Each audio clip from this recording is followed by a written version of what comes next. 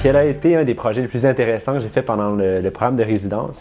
En fait, jusqu'à maintenant, il y en a plusieurs, mais jusqu'à maintenant, celui qui m'a le plus passionné, c'était mon programme de maîtrise, en fait, mon projet de recherche de maîtrise, où c'était très terrain. En fait, j'ai fait un portrait de la population d'usagers de drogue par injection en Montérégie. En Montérégie, qui est une région sur la rive sud de Montréal. On connaît déjà assez bien la problématique à Montréal, parce qu'on sait qu'il y a beaucoup d'usagers de drogue par injection à Montréal.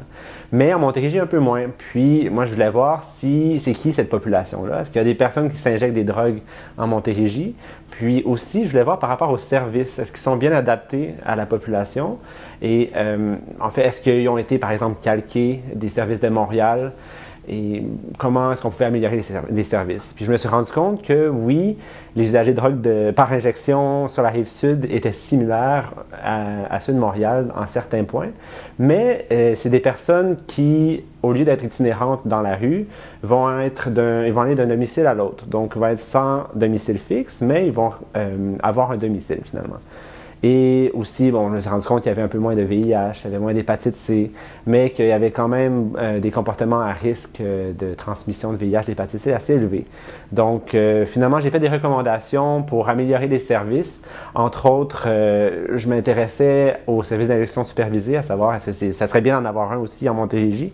La réponse était, ou ma réponse plutôt, était non, pas nécessairement, mais ce serait vraiment bien de développer tous les services de proximité, puis de donner des informations ou donner des compétences, si on veut, aux personnes qui travaillent en proximité pour qu'ils puissent faire de la supervision d'injection. Puis ainsi faire que, dans le fond, les personnes qui s'injectent sachent un peu mieux comment le faire de manière un peu plus sécuritaire, finalement. Donc, c'était vraiment un projet super intéressant qui a inclus des personnes usagères de drogue par injection, qui a inclus aussi des personnes des ressources communautaires. Puis après ça, je suis allé présenter dans ces milieux-là. Puis c'était très participatif. Donc, ça m'a bien allumé et j'ai beaucoup aimé ça. Côté de mes passions en santé publique, j'aime beaucoup tout ce qui permet d'améliorer la santé des gens en les aidant à développer plus de pouvoir pour faire les changements. J'ai eu beaucoup de plaisir à travailler à plusieurs niveaux, au niveau régional, au niveau ministère, au niveau fédéral, provincial, mais encore plus au niveau international. Au niveau international, on croit qu'on apprend beaucoup aux autres, mais en fait, on apprend beaucoup pour nous. Parce qu'il y a des trésors qu'on a chez nous, qu'on oublie, puis qu'on redécouvre quand on va là-bas, parce qu'eux sont venus les trouver, les ont appliqués, les ont fait développer, pendant que nous, on est en train de les oublier. Un exemple, c'est toute la question d'organisation communautaire, puis de soutien aux communautés pour qu'elles prennent en charge leur santé. C'est un grand défi. Je suis aussi fascinée par toute la surveillance de la santé, parce que c'est notre outil de diagnostic. Et quand on est capable de savoir où on va, c'est beaucoup plus facile de savoir comment s'y rendre. Quand on sait qu'est-ce qui cause un problème, c'est beaucoup plus facile de voir comment aider aux gens à rester en santé. Euh, tout en santé publique, je pense, peut créer une passion, qu'on ait un intérêt en sciences de base, qu'on ait un intérêt en travail avec les communautés ou un intérêt combiné dans tous ces domaines-là. Donc, par exemple, un des projets sur lesquels j'ai travaillé, c'était d'essayer d'implanter un programme de naloxone, d'accès à la naloxone dans la communauté. Donc, le naloxone, c'est un médicament qui permet de, euh, d'empêcher une overdose aux opioïdes, donc héroïne par exemple. Donc, c'est un projet qui permet de mettre des capacités de sauvetage dans les mains des personnes utilisateurs de drogue, puis de leur famille, de leurs amis.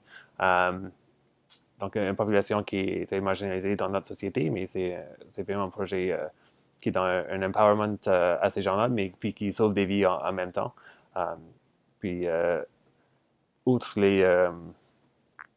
les impacts potentiels de ce projet sur la population, c'était aussi pour moi extrêmement intéressant. La façon de faire déployer ce projet, c'était un travail très avec une très belle collaboration entre nous de la santé publique, mais aussi des organismes communautaires, puis aussi le ministère de la Santé, puis les pharmaciens. Donc, c'était vraiment un bel travail de groupe avec un partage de perspectives très intéressant. Bon, une expérience qui m'a marquée pendant ma résidence, c'était une investigation d'éclosion de tuberculose dans une communauté, dans une petite communauté. Puis, la tuberculose, pour moi, c'est une maladie qui est fascinante parce que, bon, juste d'un point de vue biomédical, c'est une maladie assez complexe, mais c'est beaucoup plus large que ça. Tous les aspects sociaux entourant la tuberculose. Une investigation de tuberculose, on ne fait pas ça derrière notre ordinateur en analysant les liens entre les personnes seulement. Il faut aller rencontrer les gens, leur parler, comprendre la situation, puis expliquer aussi la situation. Donc, c'est beaucoup, beaucoup d'interactions avec la population, la communauté. Ça fait... Je pense que c'est William Osler qui a dit que c'était que la tuberculose, c'est une maladie sociale avec une composante médicale.